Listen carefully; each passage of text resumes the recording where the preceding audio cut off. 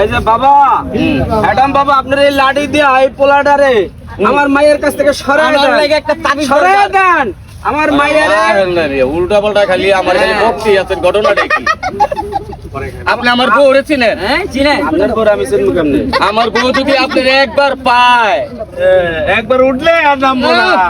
কাসাম যে কেমনে খাওয়াইবো তার হিসাব পাইবেন না।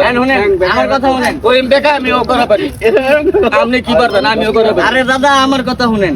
এই লোকিয়া বৃষ্টি, এই লোকিয়ার বাপ, এই লেগা কলঙ্কিনী জামাই। আমাকে দূরে সরানোর লেগে এই বাপে খালি আমার পিছে লাগিয়া থাকে। মানে এমন একটা তাবিজ দিবেন যেন আর বাপে এক রাইতে না, ধ্বংস হয়ে যায়। এমন একটা তাবিজ দেবেন এই পোলা জানি আমার মায়ের পিছনে না করে। ছই ছই কত টাকা চান? 1 কোটি টাকা দিব। কোনো টাকা দিতে হবে না। আমি দর্শক, একটা মেয়ের বাবা ভাদাইমা পার্কে পার্কে ঘুরে, ঠিক আছে না? এবার বলেন। একজন সুপরিচিত একজন এত সুন্দর একটা ছেলের সাথে Yes. এই মেয়েটা প্রেম করছে। Yes. এই ছেলেটাও কিন্তু আল্লাহ দিলে 12 বাতা কতটা বুঝছেন? অন্যের বউ দেখলে ছায়া থাকে, নিজের বউ যে কি করে এইটার কোনো খবর নাই। আসলে কথাই থেকে আমি একজন জনসেবক, আমি একজন জনদরদি, আমি মানুষের ভালোবাসার জন্য কাঙ্গাল। আমি চাই না একটা ছেলে একটা মেয়ের ভবিষ্যৎ নষ্ট হয়ে যাক।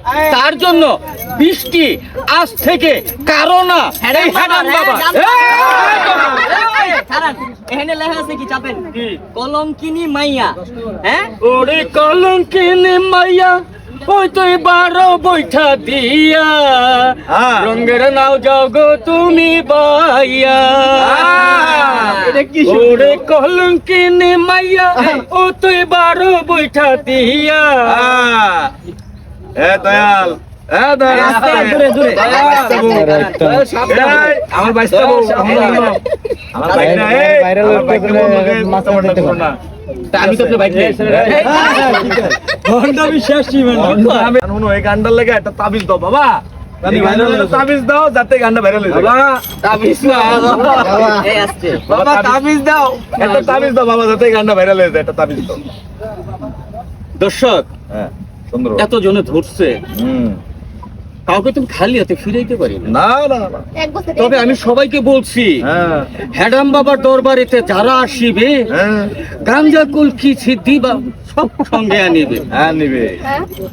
হ্যাডাম বাবার দরবারে কেউ যদি খালি হাতে আসে, তাহলে হ্যাডাম বাবা তার জন্য কোনো দোয়া পড়ে না। তবে যাই হোক, আজকে বৃষ্টি আমার মুখোমুখি হয়েছে। বৃষ্টির বাবা মানে টুকাই বাবা। তবে কুরবানির ভিতরে সাবধান, আমরা কিন্তু দরজার সামনে রাখি।